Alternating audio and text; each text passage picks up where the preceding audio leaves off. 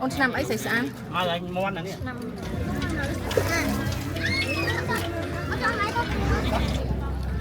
Ôn lên tức bài ơn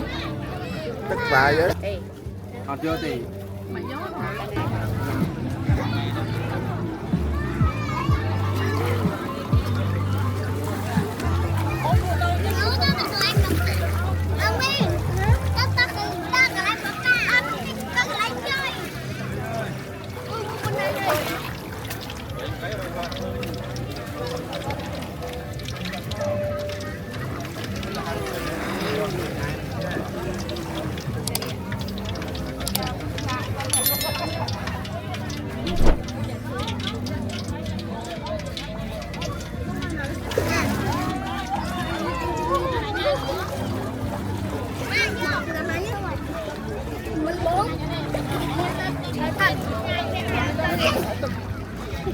chào mừng cô gặp thằng con con ôm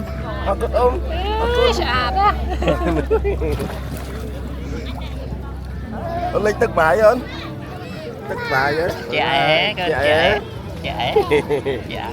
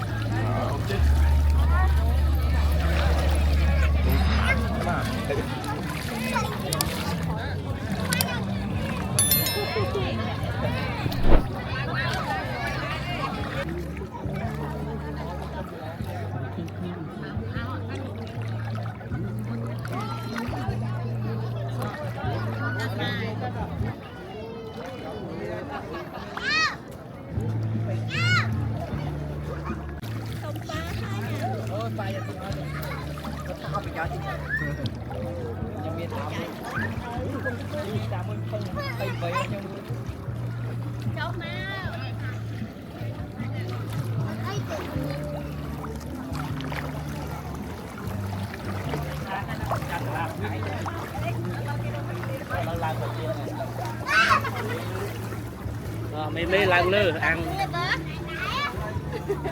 rồi lai ăn cơm mà ôn ngon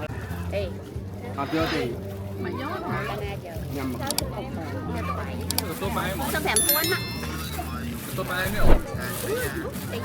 có ông có thua ai nữa chào ai làm ai không bị nó giờ này đâu tôi đi chơi rồi mày hả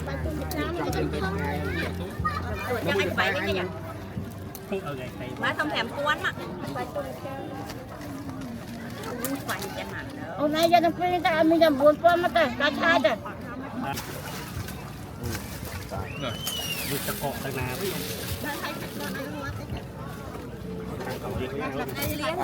anh mau bừa mà mau bừa mà ha mày khó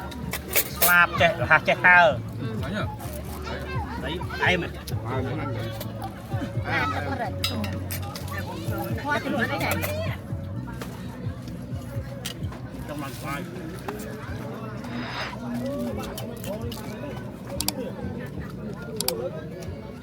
họ xảy ra mũi ạ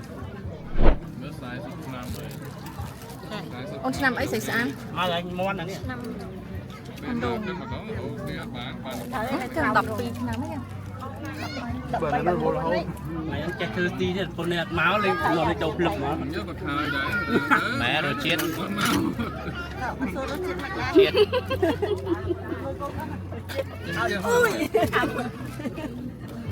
anh hả rồi chết mà nhà mày ơi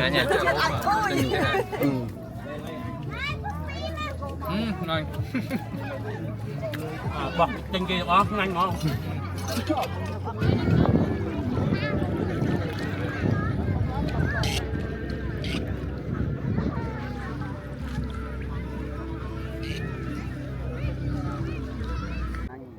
cái nhưng mà lúc khi mùi đôi như này đôi diện chữ này nó khổ mà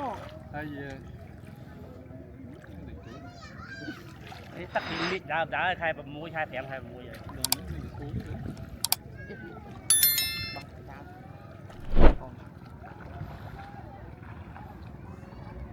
hai đứa con hai mươi lứa đi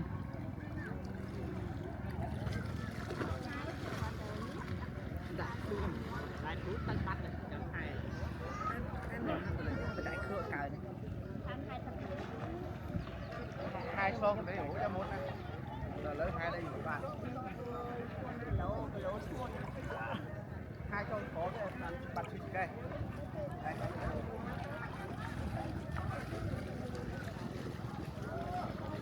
làm mình nào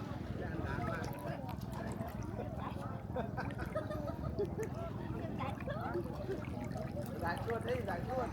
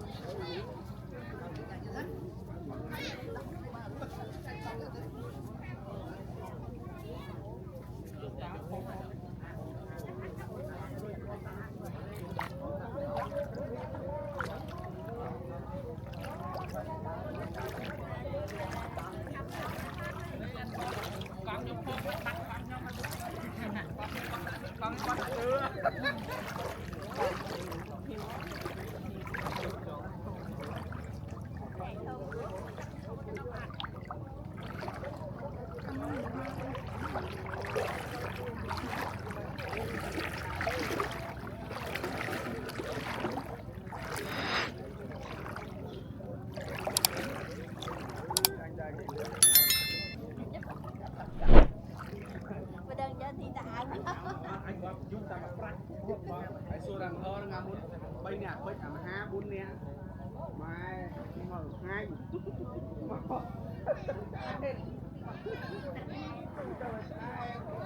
con là 2 tập phước rồi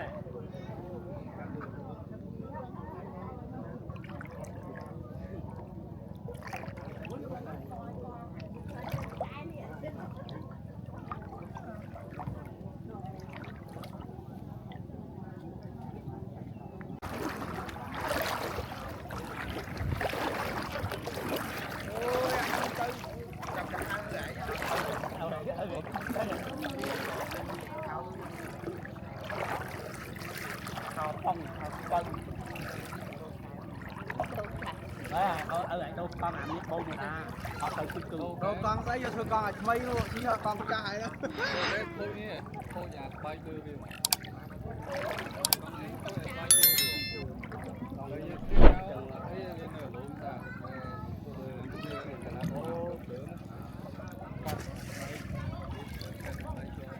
nhưng muốn chắc nó té bà chặt chu chu này ní bán thẻ mà họ chưa camera men nhưng nó thôi ở đây là làm sạch Yang cà phê tất cả nó pơ áp châu chắc ở đây đi. Sao mà? Đúng không?